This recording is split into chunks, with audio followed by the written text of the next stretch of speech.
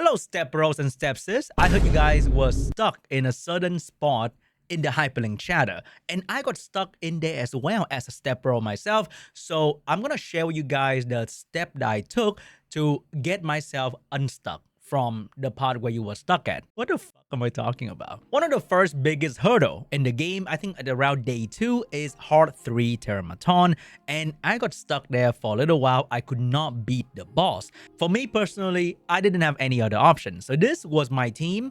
I mean, this is my team for almost everything I play in the game at the moment. This was my team. And I got stuck right here and I didn't know what to do. The first thing you need to do when you get stuck in the hyping shadow at a boss you can't clear is not to go back in and literally play the same thing that you could not clear. Unless you were so close to killing the boss, like literally a little bit more and you could have won, maybe go back in for better RNG. But if you're like 30% health the boss, you are not killing this shit. So what you want to do is you go away. All right? Stop going inside and do the same thing and lose the same way, because this game at some part is kind of similar to an AFK game. The moment you can't clear a level, you'll have to go and raise your character, and there are many things to do. One thing that I did not really do is to upgrade my EXP. As you can see, I don't have any EXP book. I don't farm this shit, but I have 2 6-star character, no problemo. You think I'm wailing? I can show that my first buy bonus is still here. I don't really care about EXP too much because I get that from playing all the content. So what I did was I tried to get a bit more stat in my skill. When you upgrade 1 or 2 level by doing 10 run in the Animus EXP, you get a tiny bit of stat. But the shit you get here is so incredible. So I went in and I tried to make my Lien tankier if I saw that she was dying, or I tried to get my Grey a bit more damage output so that I can kill the left tentacle, because that thing will slap the shit out of you. And the same can apply to my healer. If she was dying, getting one shot from the boss, then I would try to get her a bit more stat in the skill up. Very quick and easy. The second way is to improve your gear. This is the part where you don't really want to overdo. So I try my best not to go plus 12 if I don't have to. Especially on like the old piece of gear, the one that you get from the early game, the day 1 gear. I don't want to plus 12 that. And I also don't want to plus 15 because that is also very, very expensive. So the furthest I go is going to be plus 12. And I got this red piece here recently from doing one of the mission. So I plus 15 this one because this one is pretty good. It's red. So the final value when you go plus 15 is pretty high. Other than that, I try not to overdo my gear because it is a total waste of money. And I'm running out of money. Okay, so it's gonna get really tight in this account. But one thing that I could do, because I was farming GP outposts and I was manual clearing the shell dungeon as well, I accumulated a decent amount of shell training data, and that allowed me to max out 2 unique pet and 2 yellow pet, and that gave me so much more stat.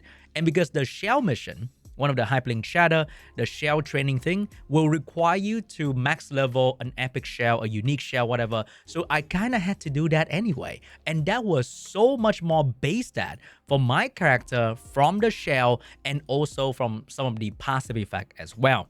So doing so, not only my character get faster because I get more speed, I don't have to worry about speed RNG in the subset of the gear. I literally got more speed just from upgrading the shell to a high level, and that allowed me to do so much more damage, tank a little bit better, and also become a bit faster compared to the enemy. So once again, when you get stuck in Terramaton or Doki Doki, you don't just go back in and think you're going to clear it this time if you are not very close.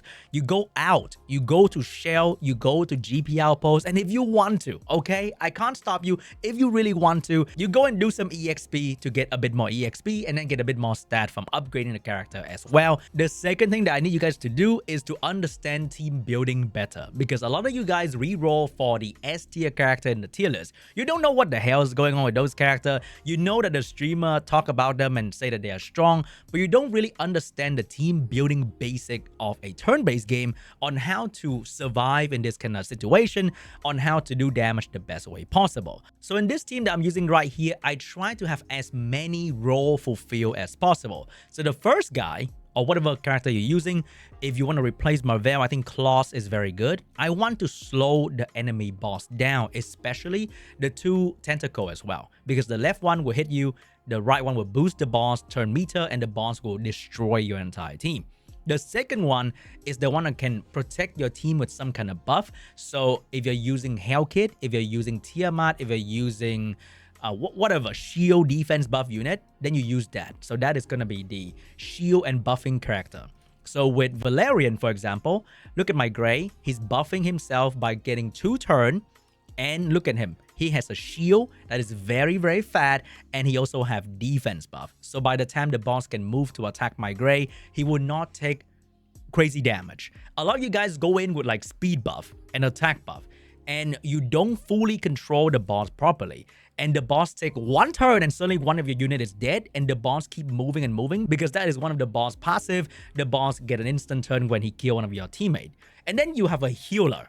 If you're not clearing it properly, then you're probably going to need a healer. So whatever healer you have, Sania, Chiaki, Linglo, if you are a whale and then you pull Linglo day 1, whatever healer you have, you don't go in auto, okay? Because maybe the healer just get dumb and use the healing skill before you need it to. Very, very bad. After this, you have a main damage dealer. For me, it's Lian because I don't have any other option.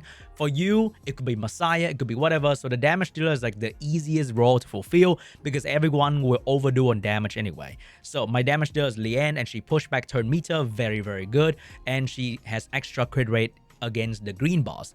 And by having debuff on the boss will not attack me as frequently. But if you don't have any debuff on the boss, like at least a slow or attack break, the boss will attack you frequently. And doesn't matter what kind of shield and healing that you are having, if you don't keep the boss from touching you inappropriately, especially no consent, it's gonna be very damaging for anyone on your team. And that is what I noticed because I let the boss take a turn, I die. And it's very, very sad. But if you don't let the boss take any turn, then the boss will not hurt you. Doesn't matter how hard the boss can hit. If the boss is not moving, then it cannot hurt you. And the same can apply for Doki Doki as well, because in Doki Doki there are 4 enemies. You can run Kraken, you can run Mio, you can run whatever AoE control you have, and you can not let them move whatsoever. So that is one way to make sure that you can clear the dungeon properly. As you can see, because I have buff on my team and shield, and I'm way stronger than the dungeon right now, unfortunately. I'm way stronger now, but that is what I did when I was struggling against the boss. I had buff up and have debuff on the boss. That way, the boss will not move very often, and whenever the boss take a turn, it will not hurt me as much. And that was how I manually clear the dungeon. And you could naturally get stronger when you play the game for like another hour or 2, not in the dungeon that you are losing, and you come back in and you realize that, wow, it's not that hard. So don't feel stressed out that you cannot clear a Terramaton 3 or whatever. You will clear it eventually, naturally, as you play the game and get stronger and stronger. I was also stuck in Nightmare Fabian Phoebe yesterday, and I went out, I improved my shell, I improved my skill up material, and I'm now farming this thing pretty easily as well, no problemo whatsoever. And here's my current team for Doki Doki. As you can see, I have control, I have slow, I have damage, I have Valerian for the support, I have Lian right there. I would definitely ditch Lian the higher I go. I definitely will have to replace Lian with Ramoka in the future because Lian is just not built for this shit. But right now, she does a bit of damage and she's the only thing I have anyway. And as you can see right here, because I have a very small roster of heroes, I only build a couple different characters for pretty much everything in the game. We have damage Lian, sub damage Gray, AoE control Marvel, AoE heal Chiaki, more AoE control if I ever to need one. And then we have a buffer support. Kazuyo is mainly for Doki Doki. I actually regret putting EXP book and Shadow Print onto Victor because I don't really use him that much. I used to run Kazami for speed buff, but I ditched her for Valerian, which is also a buffer, but she can also heal as well, and that is a little bit better for me. And that's pretty much it. I don't really build any other character unnecessarily because I don't need to do that. People say you need to build many things for many content in the game. You are not there yet. Like maybe at Ethernet Rally, you might need that, but you're not there yet. So relax. Don't build like 20 different SSR or whatever, and then you don't have the resources, and you also don't know what the hell you're doing. I built up Tsukiyomi a little bit for PvP, because you gotta have a little bit of a cheat meal. You have a little bit of the guilty pleasure, like you grab a chocolate when you buy your chicken and broccoli. So Tsukiyomi was my guilty pleasure, because I love playing with speed booster and that kind of stuff. And also cooldown reduction is very, very cool. And to further expand on that point, a lot of you guys reroll for all the crazy strong unit in the game, but you don't really know how to put them together. And what you guys end up doing is you are overlapping role in your team. For example, you will be using Lily, Mio, and Freya in the same team. So you have 3 buffer that give you a whole lot of turn meter to go, but all 3 of them, they don't do really any damage. They also don't really debuff the enemy really well, especially with slow or attack break. You might keep them from hitting you one turn, but then suddenly they can hit you now and you don't have buff anymore because your buff overlap and the duration all gone now. And then they start hitting you and suddenly you are instantly cooked. So don't overlap buffer in your team. You have to slot in debuffer, you have to slot in damage so that you have a complete team. What you're doing is like you're eating fried chicken only and calling that a balanced diet. It doesn't work that way. So if you want to like have full control on the enemy team, I would pair Mio with Merveil, for example. A lot of people say Mio is like an upgrade version of Merveil, and that is just not really true because they do very similar but also very different thing. Mio will push your team up while pushing the enemy team down and also buff your team with speed.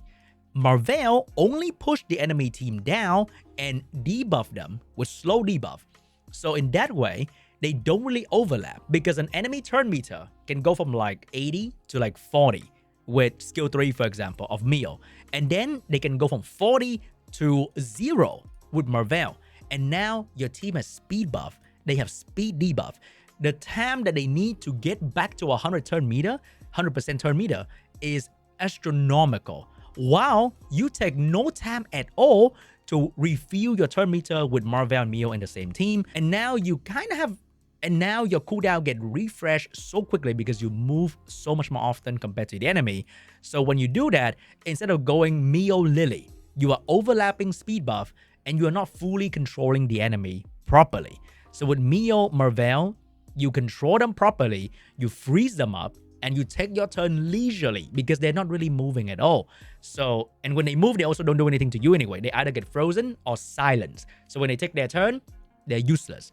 So when you combine Mio Merveil, you have a complete package. Another thing is that a lot of people would look at Messiah skill 3 and think that, wow, I ignore defense, he can be my only damage dealer in the team, and I can forget about every other damage dealer in the game. That is almost true at the end game, when you can build this guy with very high crit rate, and he will one-shot everything because your build is so good. But in the early game, he will not crit. Because let's be real, if you're not maxing out his dupe, you're not maxing out his skill, you're not having good gear and good shell, his crit rate is gonna flow around 40%, 50%, and half the time you're missing the big hit. You don't crit, you don't hit really hard, and the enemy team looks fine, like healthy. And because you have Messiah, you think that I just need to buff his attack power. But you are missing out so much on not using a sub DPS that can support your Messiah. So I highly suggest trying out Gray, because even though he's free, he's probably one of the best characters in the game for PvP aggression. He can buff your Messiah crit rate, so Messiah hit hard all the time, and he can defense break for Messiah. That might sound like a crazy idea, but because Messiah AoE ignore defense only go up to 70% of their target defense, there's another 30% that is not being ignored. It is not like your attacks to your X, they're still there, and you can further break that defense with Gray skill 3, and that will allow Messiah to do even more damage on the enemy team. So if you have these two together, you can do big damage. But then if you're a fancy person and you pull SSR and you want to use them, then Ciara AoE defense break is pretty solid, or Rosa crit buff is also pretty solid. And when Messiah crit, then she can follow up with her skill 1, which can do very good damage as well. So that was how I approached getting unstuck from a boss in the early game. I try to rebuild my team better, I try to make my team stronger, and I try to learn the team building concept so that I will not just go in blindly, okay? And the moment you can learn the basic of a team, it doesn't really matter what your box look like. Because my box is not amazing. And it doesn't fucking matter. You need to understand the moment you can see the role. It's like a chessboard. You see the role of each character. You just have to match the role together, and suddenly it's way easier than it was before. Because now you understand how to do a lot of damage, how to not let the enemy move, and how to pass pretty much everything. And the moment you understand the role and the team building of the game, you will understand why you lose and where you can exactly improve instead of just going blindly and improve my EXP, all right? Whatever, improve my shell because somebody said so. You understand why you are doing what you're doing. And that's pretty much it. Thank you so much for watching, and I'll see you guys in the next one. Bye-bye.